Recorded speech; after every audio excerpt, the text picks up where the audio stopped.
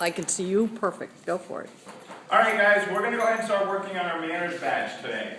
Part of manners is what we'll do is we will be using our clickers a lot, and I do know that Max is already clicker trained, and so I just kind of want to go over a little bit because I also know that Molly is also clicker trained. But I'm just going to go over a couple of the quick steps because clicker training is really important and it's really powerful if it is done correctly. One of the ways that we can tell if the dog has been clicker trained is if they're not paying attention, and my little girl's paying attention to me right now, so I'm trying not to let her. She came back to me on that click, all right, because she knows, oh, I'm going to get that piece of food. So when you guys actually go for the badge test, part of it is being able to prove that your dog knows the reward marker, and again, in this case, the clicker. So we're going to actually want to test you, just like I did with Ember. Okay? If you're a little bit unsure, we'll kind of go through this just because I'm actually going for the evaluator status, is when you start training your dog with a clicker, there's only one rule that I really tell people. If you click, you treat. If you make a mistake with a clicker, you still treat your dog, okay? This type of box clicker, it's almost impossible if it's in your pocket, but some of the other types, the iClick, if it's in your pocket and you sit down, you may actually click, all right? If that happens, I tell people, look, you have to get up, your dog heard it, and get it a piece of food, okay? When I start clicker training, I just click and treat. As simple as that. The dog loves it. And I can do it 10 or 12 times, okay? But I also like to be able to throw the food because a lot of these exercises we're going to do is we're going to be teaching our dog to go away from us. So when I start doing this, I don't want to trick my dog. And what I mean by that, I'm not just going to take it and throw it. Okay? I'm going to keep this to the point I'm going to show it to her, stick it in front of her nose, and I'm going to click, and I'm going to throw that piece of food. Okay? Because I want her to start to go away from me. When we do the mat exercise, when we go to say hi to people, and many other things we do with our dogs, right, we actually want them to have some distance from us. You guys have questions on either one of those techniques? Okay? And I'm keeping this short for you guys because of the fact I know you guys have both been doing clicker training for a long time. Okay? One of the next things that we want to teach our dogs is to go to place. The way this is going to work, and actually we'll have to get you a mat because you're going to be in the class.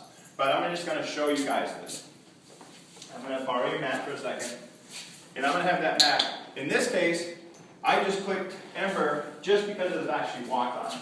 All right, I can do a little bit more of a shaping technique by just walking next to it. And if her feet touch it, and initially, I don't care if it's 1 foot, 2 feet, I don't care if all 4. But in this case, I'm waiting for a little bit better standard. Okay?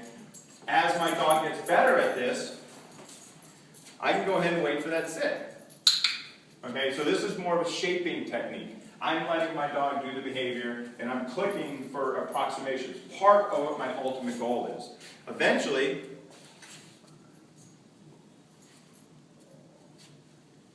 I'm going to see, I don't want to say the word, she may or may not, Em knows a lot of different things. So shaping may take a long time for it down, because she may offer about half a dozen other things before she does this. So I'm just going to go ahead and tell her, Ember, down. So now I'm going to click and treat. Because if I'm going to send them to a mat, I want them to go to that item. Okay? So that's going to go ahead and help me get started. And again, that's a shaping way of doing this. Another way of doing it, Ember. All right, because again, I want my dog to go to that mat. I don't want to have to get up and walk 10 feet. I just want to say, go to my mat. Okay? So in this case, I can actually take a piece of food. I'm going to take it, throw it onto the mat. Again, same thing. When she touches the mat, that's what I'm going to click for. I have found in the past that a towel or one of those bed types that kind of have a little ring on it work better because when you start bouncing the food, all right, it doesn't necessarily stay on the mat. So you do have to be careful with that. I don't really want this food going many places. Now I am talking to you guys as I'm teaching this, but as you practice with this, you do not have to talk to your dog, and I actually recommend that you do not talk to your dog. All I really want you to do is take that piece of food, throw it over. When they touch, and I was off on my click, when they actually touch the mat, that's when I want you to click and treat. All right? And that's all I want you to do. As your dog gets better, then you can start adding in your command at the same time. Some people will use place, it could be mat, it could be go to, whatever word you decide. But so I'm just going to say mat, and I'm going to take it mat, and again, that one bounced.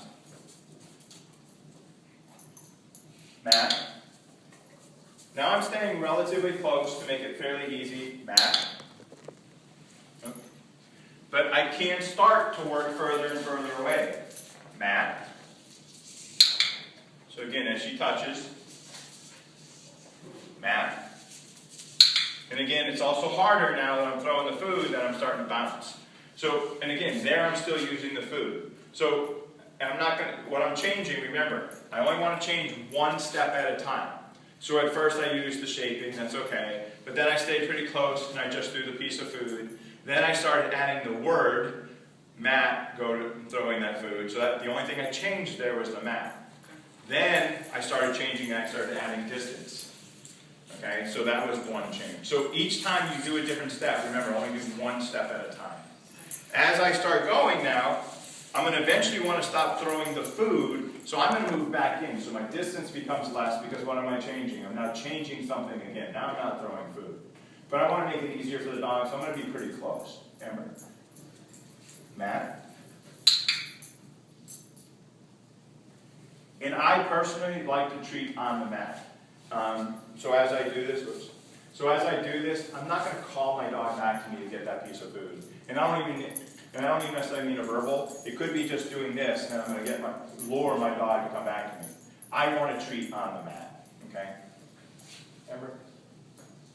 Right here. Hey, Matt. Nice job. Stay. Okay. And then I'm releasing, okay? Matt. Guess what? She just did that all on her own. Alright, and she knows. Any questions on that exercise, guy? So we're going to go ahead and practice a little bit. We're going to stop the filming because right now you guys are just in the training phase. We're really not going for the badge. So we're not going to film this portion of it so you guys can feel comfortable. Just go ahead and work with your dogs for a couple minutes, okay? Go ahead. Go ahead. Okay. Okay. Sorry. All right. Our next one is going to be teaching your dog to go say hi to somebody. Okay. All right. This can be really nice because it can also teach them that sitting in front of somebody to be petted is a good thing. The way we're going to start this is I'm going to want you to have Max on leash, which you do. And what's going to happen is you're going to look at Max, get Max focused on you, and sometimes you actually need to get rid of your treat bag. Put it onto your other side because that may actually encourage Max to stay with you. Okay?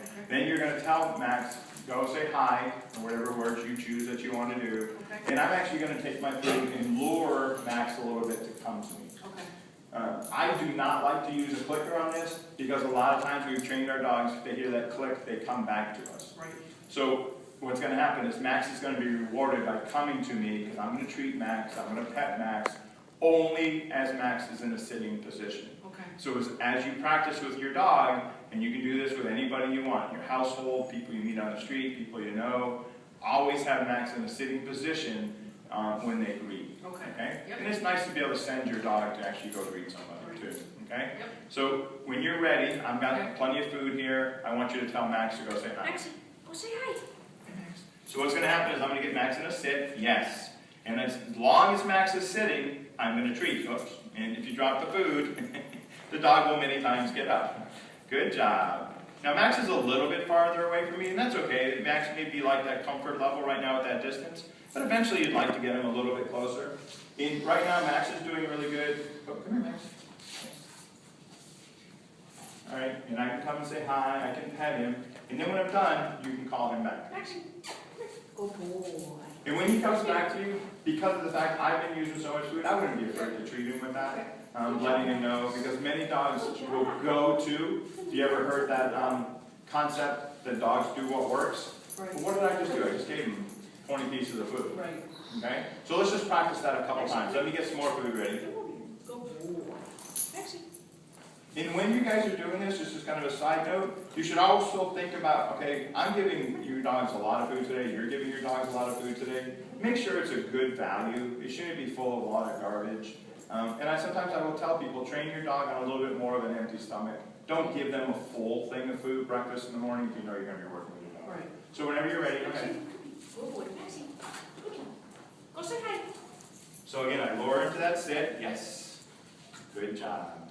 And I'm going to treat, and I'm going to actually let him eat a little bit of that food as I pet him. What a good puppy. Yay, what a good puppy. Okay. Good boy, Max here. Maxie. Good boy. Awesome job. Good boy. Any questions on that one, guys? No. All right? Good? Okay. Okay. All right, guys, next we're going to work on our settle command. When we do this, this here right now is a tile floor. I've met a lot of dogs who will do certain exercises on certain things. And what I mean by that, some dogs don't like to sit on the grass. Some dogs don't like to sit on hot asphalt. All right? So think about what you're doing with your dog when you're going to be asking them to lay down. I've also known dogs who, like right now we have several dogs in class, that some dogs don't want to sit if they're nervous about another dog. They don't want to lay down if they're nervous about another dog because they're in that vulnerable position. So when you're working with these, especially in a classroom setting, make sure your dog is always comfortable. Okay? What I'm going to start with is we're going to work on our settle. Here I'm doing this on a mat. Okay? Just making it a little bit more comfortable for her. She really doesn't care. She would do this on a bed of nails, I think. It doesn't really matter. Our first step is we're going to be actually teaching our dog to go down. So the dog comes down, and I'm going to click and treat. All right? When I do this, one of the biggest errors, and she'll probably still go down because she knows, one of the biggest errors that people make is they do this. All right? Like I say. And a lot of times, hey, where'd that food go? And they'll end up standing up, they'll be moving around, they'll be doing something else. So one of the tricks is to do it slow. Now, one of the other parts of the trick here that works a lot of times is dogs will do this in different ways. And maybe when we do Max, I mean, Max knows a pretty good down, right? Yes. Molly does too. But sometimes when you do this, you may need to pull your hand forward a little bit to get them to lay down, or actually push your hand backwards a little bit. I found in most cases, going down and back a little bit helps the dog to lay down if you're having a problem. You guys all have big dogs, but little dogs seem to be notorious, for me anyways, getting them to do a nice down. Okay? So Ember is now in a down position, but if she went into kind of a settle. Come here. Sit down. Okay, so right now what she's in is a Sphinx position. Okay? Her back legs are right underneath her, her front legs are in front of her. That is a really easy position for a dog to get up from. They can do it really quick. And you can see Ember's kind of in a little bit of a settle right now. She's already leaned back on her hip. For a dog who will not do this very often, and we'll like say, okay, when we go down, we can actually start to lure that food to kind of come around. There she goes. So when she went to her side, that's when I now click and treat. That is the first portion of getting a dog to settle. It's like you can go to your mat, settle. So now they need to know to lay down and kind of just relax. This is definitely a lot more relaxed position. If you were in that other position, that Sphinx position, they're not going to be very comfortable, so they're more than likely going to get up. Now this is also another exercise, if you're at home, that you can do through shaping. If she's laying down, or goes to lay down, and you see her automatically get in this position, let me see if she'll do it again on her own. Come in. Down. I can start by clicking because she just rolled her hip over a little bit. So you can do that at home if you're having a problem with your dog who doesn't like to be lowered into position. And right now she's still kind of in a semi-Sphinx, it's not quite. And as we were talking, if she kind of relaxed a little bit more, and I'm talking to you guys and I'm paying attention to you, and I'm not sure if she will right now because she knows we're working. And I can actually, again, click and treat for that. So now I'm actually doing, again, more of a shaping technique. Now, again, as we start to get good with this, I want to actually that's side command, sorry. I'm thinking about a different exercise. All right? Then we can go ahead and actually start telling her settle. And settle means just to kind of go in and get on that hip. Any questions there? All right, Beth, stop for a second. We're going to reset.